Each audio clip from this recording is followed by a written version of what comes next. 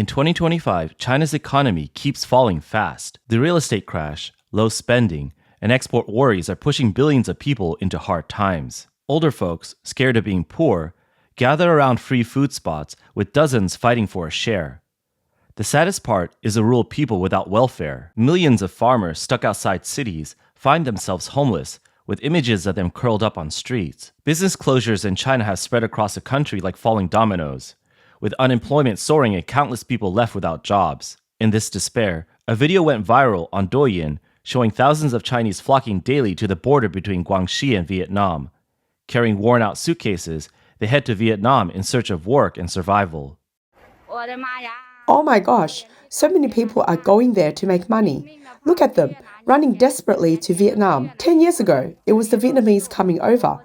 And now, 10 years later, it's us Chinese going there. Whoa, there are so many people. We're about to pass through. The customs just opened the gate. From 8 a.m. to 9 p.m. Beijing time, you can enter Vietnam with your passport, border pass, or travel permit. A mainland Chinese netizen confirmed the video's authenticity. He said, "At Pingshan Port in Guangxi, many Vietnamese came to work before the pandemic. Our rosewood factory hired plenty of them as laborers. After the pandemic, big global companies built factories in Vietnam. Now Chinese people rush there for jobs. Vietnamese workers no longer come to China. Vietnam today looks nothing like it did before. Its economy grows fast, much like Shenzhen and Dongguan once did. In policies, business environment, and openness to the world, it beats mainland China in many ways. Big industrial parks there need lots of factory workers. They offer a lifeline to jobless Chinese people. Young folks with resumes and middle-aged ones with bags line up at the border. This flow shows China's economic collapse and marks the end of its world factory era. In this economic winter, companies cut jobs in waves. High-paid white-collar workers over 35 face the most layoffs. One 35-year-old female HR executive got laid off. She had fired 685 employees as a senior leader at a listed company. Now she's out too. Who would have thought that as the HR of a listed company, after personally laying off 685 people, today I'm number 686. I graduated in 2014, and I was the first college graduate in my entire village, a provincial level outstanding graduate. I worked hard for 11 years to become a department head, and now I've still been laid off. Have you ever seen a 48-year-old executive begging for a pay cut only to be refused? I have. Have you ever seen someone faint on the spot after receiving a layoff notice, only to be rushed to the hospital by paramedics? I have. Back then, I thought they were exaggerating, but now I think I understand the kind of despair they felt. When I laid off others, I thought it was just the rules of the workplace, but when I got laid off, I realized it's like an earthquake in life. After 11 years in Beijing, always on business trips, always ready for overtime, I've seen the lights on in office buildings at 1 a.m. and the moon and stars at 4 a.m. I always thought that if I could become a higher level leader in the company, it would stabilize things. But in the end, I had prepared myself for this. And although saying it out loud seems easy, suddenly I feel a bit sentimental. In recent years, whether it's the struggles of small and medium-sized enterprises or the wave of layoffs at large companies, situations of delayed or even withheld wages have become common. What's the real situation at work right now? Here, in the county and district government workplaces, we've been having monthly and quarterly assessments. But for several months now, we haven't received our full salary. They only pay the basic salary. Even for civil servants, they can barely maintain the basic salary. And it seems like this month, there's no money left to pay, even the basic salary. I just want to say this is how government workplaces are. As for me, I work at a state-owned enterprise and I haven't received my salary for 2 months now. I have a master's degree and after 6 months of work, I was laid off. What's going on? I graduated last July and joined a well-known domestic pharmaceutical company as a management trainee. I thought I was on my way to becoming an executive. Being a management trainee and all, I was the kind of student who received scholarships every year, was a leader, and had internships. I wouldn't say I was outstanding, but I wasn't bad either. To be laid off after just 6 months, along with 12 other master's graduates from prestigious 985 and 211 universities across the county, My goodness, they laid off all the fresh graduates they hired, including us master's students. Well, I might not be as capable as others. The others are all from prestigious universities, so they're not bad. Now that the autumn recruitment has started, I urged all fresh graduates to keep your eyes wide open and carefully choose the first company you join. The pharmaceutical industry is small, so ask your seniors and you will get a good sense of the company's situation. Do your homework, be diligent, and don't be like me, going in blindly without asking anything, only to get laid off. The anxiety that's been hanging over me has finally died, along with my heart. Look at my payslip. It's gone from 3,000 in July to 2,000, and now in September it's down to 1,800. I don't know where my boss's bottom line is. It might drop even lower, maybe 1,600, 1,500. I don't understand the point of dragging this out, and I don't know what I'm holding on for either. Some people tell me just to give up, but after all this time, I don't know what else I'm capable of. The job market is incredibly tough right now. The day before yesterday, I heard an HR person say that for just one job posting within 2 days, they received 2,000 to 4,000 resumes, with people reaching out directly. That's when I finally understood why, after sending out thousands of resumes, none of them ever got a response. 10 years ago, I wouldn't even consider a job that paid 4,000 yuan, but now I can't even get a 4,000 yuan position. The competition is unimaginable. The current job situation is such that security guards are getting younger and delivery drivers have higher educational backgrounds, and there are more of them everywhere. Sales and customer service positions paying 3,000 to 4,000 yuan. Even those jobs once seen as stable, like teaching positions, are being cut back. Some state-owned enterprise employees have started seeing major pay cuts, and many big companies are laying people off as well. Making money is so hard. Today, I started at 8:30 in the morning, went out to drive, ran until 1 p.m, came back to eat a little, and then at 2:30 in the afternoon, I started driving for ride-hailing again, all the way until 5:30. I just arrived at the school to pick up my daughter. After a whole day of work, I only made 110 yuan. Sisters, it's really so tough. I honestly don't know what to do anymore. Making money is so hard, and life feels so difficult. Forget about what to eat. At this point, just being able to breathe, to catch my breath feels like a blessing. In this current environment and economy, it's common for companies to struggle, unable to pay salaries or even go bankrupt. A close friend of mine had this happen to his company. One day out of blue, the company announced it was closing down. It was just last Friday that everything seems to be running smoothly, but by Monday, all the stores were shut. The trigger for the closure was that the company hadn't paid its employees' salaries for 3 months. On September the 1st, everything just shut down. In 2024, China saw 11.8 million college graduates, a number set to rise to 12.2 million in 2025, up 430,000 from the year before and a new record.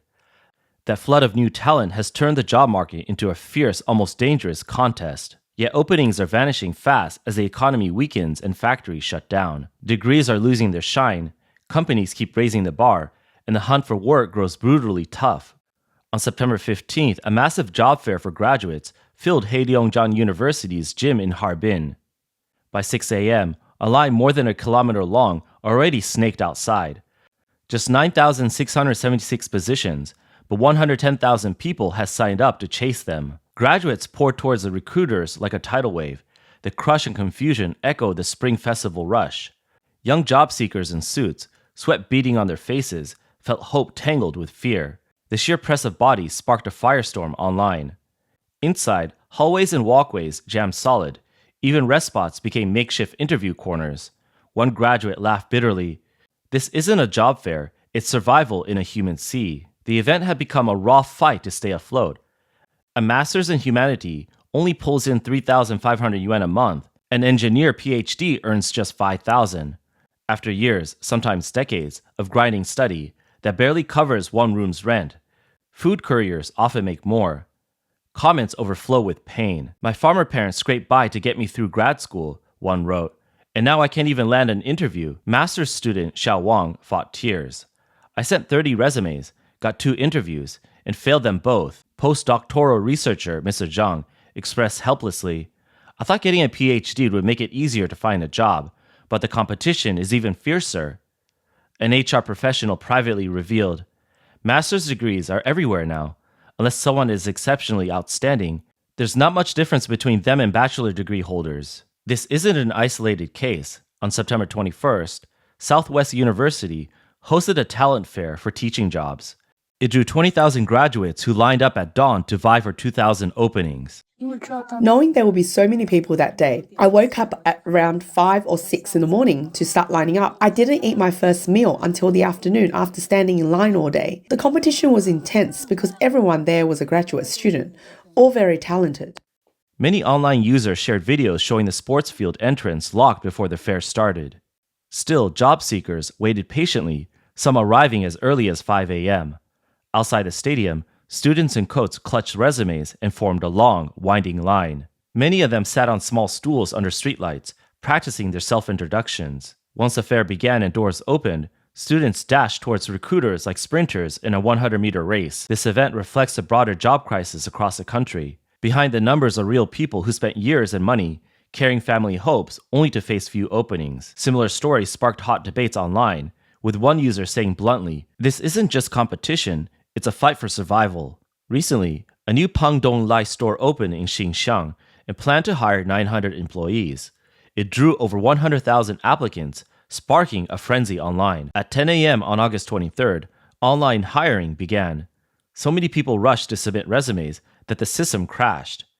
In under an hour, the page showed enough applications for every role, and they shut down submissions. That night, the Xinxiang store shared an update. By day's end, the system logged 132,000 signups, with 83,000 people completing their info. The hiring odds hit 146 to 1, rivalry as tough as civil service exams. The job posting shows that these openings demand high standards in age, education, and skills. Even roles like supermarket clerks, security guards, cleaners, and drivers need at least a bachelor's degree. Some, like cleaners and clerks, go only to people under 25. The average monthly pay tops 9,000 yuan. Some online users noted that with so many applicants, Pangdong Lai had to bump up the standards to screen people better. Right now, job hunting feels more discouraging every year. China's job market is getting tougher, and the civil service exam stands as one of the hardest tests around. Over the last 5 years, exam applicants have soared. Back in 2021, 1.52 million signed up, and by 2025, that jumped to 3.51 million, more than double. Zhonggong education data shows this year's average odds at 92 to 1, a record high. This year, the hottest spot was a female police chief role. It pulled in 7,591 applicants, with 6,470 making the cut. The job needs just a bachelor's degree and is open only to women. Notably, even though this year's national service exam cut 1,602 spots, it raised the age cap to 38, and 43 for master's and PhD holders. This move unlocked interest from about 8 million more people. It highlights a deep worry in the job market. Online users said, stability in the system is now the priciest luxury. Among China's 200 million gig workers, daily wage folks take odd jobs with unsteady pay. They drift between city and countryside, scraping by in the space between earnings and survival. They show the tough reality for the bottom rung of the workforce. In this economic chill, what pressures crush their daily lives? It just rained heavily. Look at how many people have come out looking for work today. You can see it's already bright, and there are still so many people here. This is a Lu'an labor market in Zhenzhou, Henan. Look around. You can see how many people are here. Even after the rain, everyone's out here looking for work. On Douyin, one user commented, "Money's really hard to earn this year. Without family connections, landing a job feels impossible." A Zhengzhou college grad who goes by Wu Hao became a new farmer. He once worked as an HR assistant in Shanghai, but got laid off last year. Back home, he started shooting short videos and selling farm goods. Wu Hao said, "It felt fun at first, but after a few months, I saw no real profit. Lots of young returnees lean on videos to survive. Every night, crowds head to squares and parks to livestream, chasing tips from viewers. Now, turning views into cash is getting tougher. Under Weibo and Xiaohongshu, under hashtags like unemployed youth and unemployment diary, hundreds of thousands of young people share their jobless days in words and clips. Some hawk goods at stalls, some head home, others just lie flat." Zhang Nan's father, Zhang Jian, a driver in Qingdao, sounded bitter about her joblessness. We thought good grades meant success. After over 10 years of school, she's back home selling drinks. He says she couldn't land work after graduating and now helps at a relative's shop, making under 100 yuan a day. In Chengdu, 50-year-old Ms. Lu shared that her son, a graduate in automation, runs a relative's wholesale fruit business. He aces classes. We borrowed money for tutoring in IELTS. Now he wants a master's abroad, but we're broke, she said, voice shaking. His dreams turned risky. Many young people, stuck without good jobs, choose to lie flat, living cheap and low-key. It's partly giving in to money woes, but some call it a quiet pushback against big business. The more mainstream media criticizes the lying flat movement, the more it shows that people are doing the right thing. Why? Because it's simple. This shows that the actions of the working class are now hitting the viral point of a small group of people. The essence of lying flat is actually a form of class struggle. When the PUA tactics, as claimed by the CCP, are ineffective, it's when they start to panic. If the lying flat movement continues, with people maintaining low consumption, and capitalists have no one to employ, social consumption will slow down. Naturally, this forces efforts to raise workers' wages and benefits. However, there will always be some vested interests opposing this, which is inevitable. For the working class, to protect their rights within the bounds of the law, lying flat might be the best option for now. But we must acknowledge that not everyone has a privilege to lie flat. Many people carry the burden of children's education expenses, mortgages, and car loans. You simply can't stop working, nor can you afford to choose lying flat. Even with 12-hour shifts or insecure outsourcing jobs, you still have to keep going because your life involves more than just yourself. Even so, we cannot deny the inherent value of lying flat. Many may not yet realize how tricky this situation is for those with vested interests because, for them, lying flat is a dilemma with no solution.